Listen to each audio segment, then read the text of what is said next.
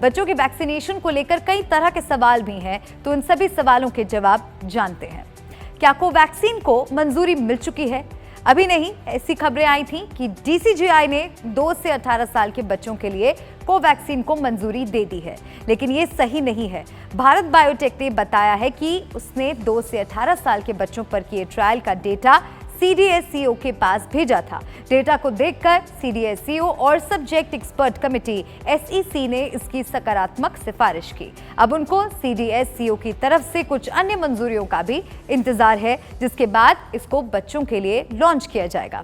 वहीं स्वास्थ्य मंत्रालय की तरफ से डॉक्टर भारती प्रवीण पवार का बयान आया है। उन्होंने कहा कि फिलहाल मूल्यांकन चल रहा है, कुछ कंफ्यूजन की वजह से ऐसा हुआ है। फिलहाल एक्सपर्ट कमेटी के साथ बातचीत चल रही है। DCGI ने कोवैक्सीन को 2 से 18 साल के बच्चों के लिए मंजूरी नहीं दी है। दूसरा सवाल, ट्रायल में कितना सेफ रही है ये वैक्सीन? भारत बायोटेक ने इस साल देश भर के 2 से 18 साल के बच्चों पर कोवैक्सीन का ट्रायल किया था। इन बच्चों को 28 दिन के अंतर से 2 डोज लगाई गई थी। बताया जा रहा है ट्रायल में वैक्सीन बच्चों पर असरदार साबित हुई है और इसका कोई साइड इफेक्ट भी नजर नहीं आया है। हालांकि बच्चों का वैक्सीनेशन कब से शुरू होगा, इसको लेकर अभी कोई जानकारी नहीं आई है। तीसरा सवाल, बच्चों के लिए वैक्सीन की जरूरत क्यों पड़ी? दुनिया के कई देशों में बच्चों की कोरोना वैक्सीन आ चुकी है और लगनी भी शुरू हो गई है। एक्सपर्ट भी बच्चों को वैक्सीन के पक्ष में है। एक्सपर्ट मानते हैं कि बच्चों को भी कोरोना की वैक्सीन लगनी चाहिए, क्योंकि उन्हें भी इसका संक्रमण हुआ है। दूसरी लहर में बड़ी संख्या में बच्चे संक्रमित हुए। हालांकि भारत में बच्चों पर कोरोना का घातक असर नहीं दिखा, लेकिन डर फिर भी बना हुआ है।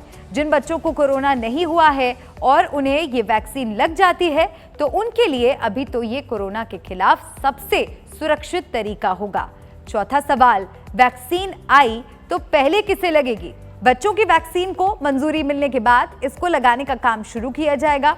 केंद्र सरकार बच्चों के वैक्सीनेशन को लेकर गाइडलाइन बना रही है, लेकिन सूत्रों ने बताया है कि क्योंकि अभी वैक्सीन पर्याप्त मात्रा में नहीं होगी, इसीलिए सबसे पहले ये उन्हें लगाई जाएगी जिन्हें कैंसर, अस्थमा या दूसरी कोई गंभीर बीमारी है। इस बारे में मेदांता अस्पताल के चेयरमैन डॉक्टर नरेश त्रेहान बताते हैं कि जब एडल्ट्स के लिए वैक्सीनेशन शुरू हुआ था, तो भी बुजुर्गों और जिन्हें कोई बीमारी थी वैसे लोगों को प्रायोरिटी दी गई थी, क्योंकि ऐसे लोगों को अस्पताल में भर्ती होने और मौत का खतरा ज्यादा रहता है। इसीलिए उनकी जिंदगी बचाने के लिए ये जरूरी था और बच्चों में भी ऐसा ही होना चाहिए।